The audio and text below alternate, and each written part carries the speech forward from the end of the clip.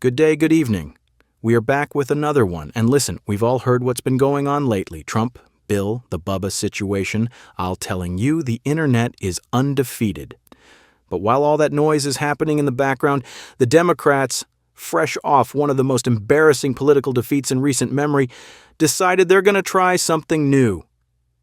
Actually, no, not new. Something desperate. Something recycled. Something they think will erase what just happened during the Schumer shutdown. All right, let's get into the news about this. New details emerging from the more than 20,000 newly released documents related to Jeffrey Epstein, some mentioning President Trump. In email exchanges with a New York Times reporter in 2015, Epstein suggesting reporters ask my houseman about Donald almost walking through the door, leaving his nose print on the glass as young women were swimming in the pool, and he was so focused, he walked straight into the door. And there was this exchange in 2018 with someone whose name has been redacted. That person writing, "They're really just trying to take down Trump and doing whatever they can to do that." Epstein replying, "It's wild because I am the one able to take him down." You know what? This reminds me of Wile E. Coyote at this point. Building these complicated traps for Trump, holding the ACME detonator button, and somehow blowing themselves up every single time. And this attempt, this is honestly one of the most spectacular political cell phones I've ever seen.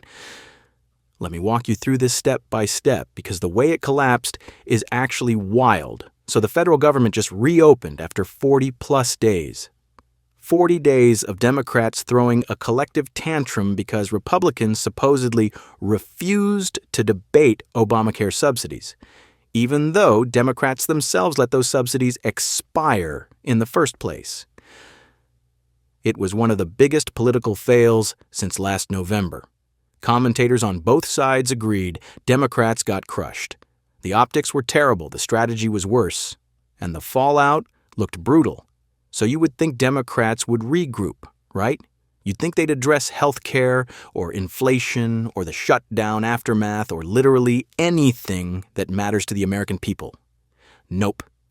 Their first move, I'm not kidding, was to suddenly pivot to Jeffrey Epstein. Yes, that Epstein again. House Democrats on the Oversight Committee released 3 emails from Epstein's estate out of the blue. No context, no build-up, no new investigation, just, "Hey guys, look at these Epstein emails. Look, look, look." The timing wasn't an accident. It was engineered, calculated, desperate. They needed a distraction from the shutdown disaster, so they reached back a decade to pull the Epstein card. One email from 2011 says Epstein told Ghislaine Maxwell, "The dog that hasn't barked is Trump. The victim spent hours at my house with him."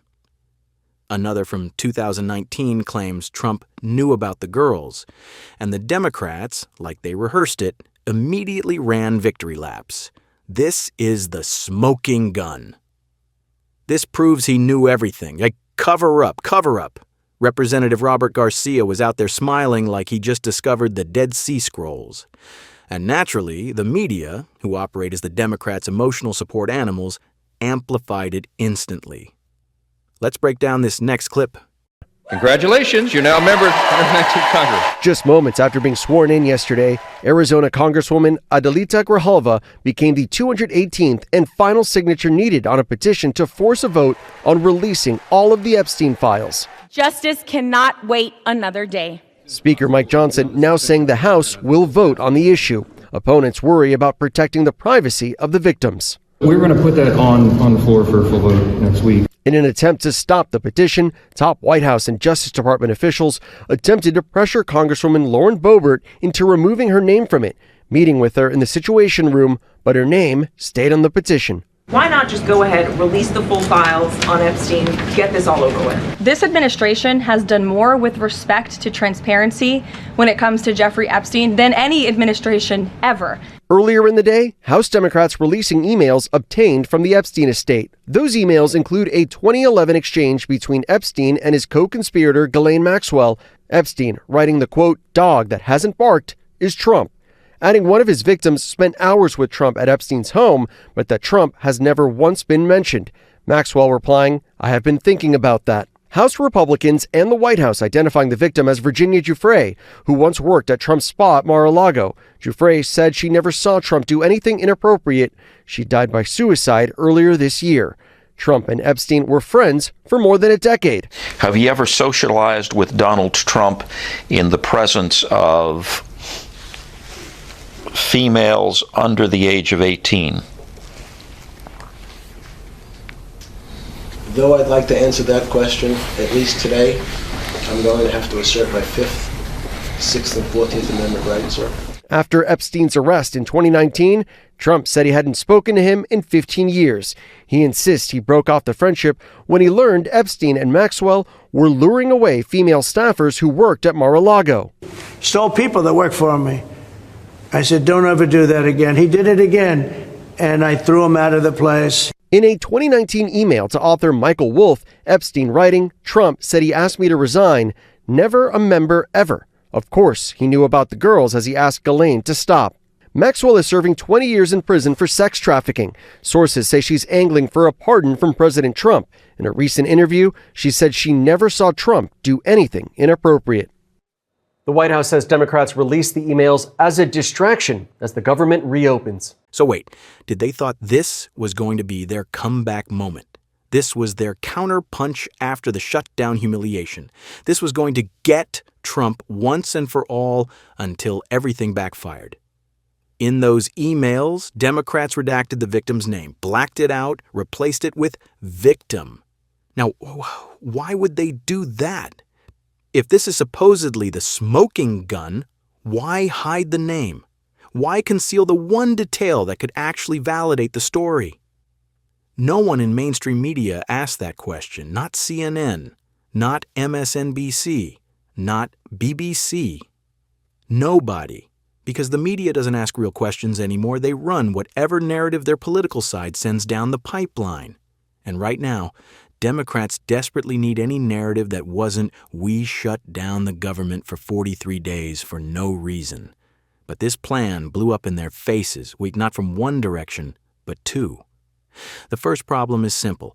This is a non-issue for 99% of Americans. Scott Jennings on CNN literally said it live.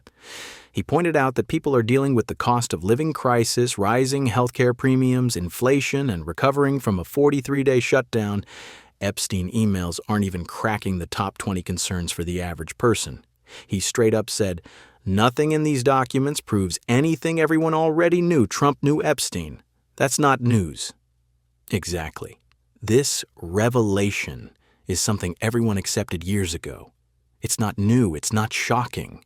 It's not evidence. It's not a case. It's nothing. And when you look at polls or the issues Americans actually care about, the economy, the border, healthcare, jobs, wages, Epstein isn't anywhere on the list, so Democrats miscalculated the audience. But then comes the second issue. And this is where the Democrats stepped on a landmine. If these Epstein files were the nuclear bomb they're pretending they are, if this was the ultimate weapon to destroy Trump, then let me ask one simple question. Why didn't they release them during Biden's administration? Think about this. Democrats spent 4 years going after Trump with everything they had. They indicted him. They raided Mar-a-Lago. They went after him in Fulton County. They sent Letitia James after his business. They tried to remove him from ballots. They called him a racist. They hit him with criminal and civil cases. They tried to destroy his reputation, finances, and political future. If anyone had the motive and opportunity to use Epstein evidence against Trump, it was the Biden administration. They had 4 straight years to release this. They had every incentive. They had the media running cover. They had the legal system behind them. They had full Democratic control. So why didn't they do it? Where were the activists? Where were the influencers? Where were the Twitter warriors? Where were the release the files hashtags? Where was the pressure? It didn't exist. For 4 years, the Epstein files weren't even a topic. Nobody asked questions. Nobody demanded transparency. Nobody cared. But suddenly, after a major shutdown defeat, now it's the number one priority. Now it's the smoking gun. Now it matters. Come on, man, stop. If Democrats had anything real, they would have used it years ago. The truth is simple. They found nothing. They have nothing. So now they're recycling old emails, hoping everyone forgot. Some people try to defend Democrats by saying, but the files were sealed by a judge. Man, stop. Please stop. We've all seen what politicians can do when they want something done. If Democrats wanted those files out, they would have found a way. They've bent rules, changed rules, and reinterpreted rules every time it suited them. Don't insult our intelligence. And even if the judge sealed it, why was there zero pressure from the public? Zero activism, zero energy, zero petitions, zero investigations? It wasn't important then. It's not important now. It's only important when Democrats need a distraction. Let me be brutally honest here. Nobody is going to jail. Nobody is getting indicted. No one is being exposed. No one is being taken down. They'll find Jimmy Hoffa's body before they release anything truly explosive in the Epstein files. That stuff is buried deep, locked away, protected by the same elites who pretend they're outraged right now. This whole thing? A distraction? A smoke bomb? A shiny object. And while everyone is yelling about old emails, some of y'all have real issues at home you won't address. Some of y'all got an Uncle Lester in the family doing far worse things at Dubai Brady. And nobody wants to confront that. Nobody wants to talk about that. Nobody wants to hold their own people accountable. But you want to scream about Epstein files? Handle the predators in your own house first. Handle the ones in your own neighborhood. Handle the ones in your own community. Because chasing politicians over redacted emails while ignoring real victims right next to you? That's cowardice. So what are we saying? Is there a cover-up? Maybe. Maybe not. We don't know because the people in power refuse to show transparency. They never will. But here's what we do know.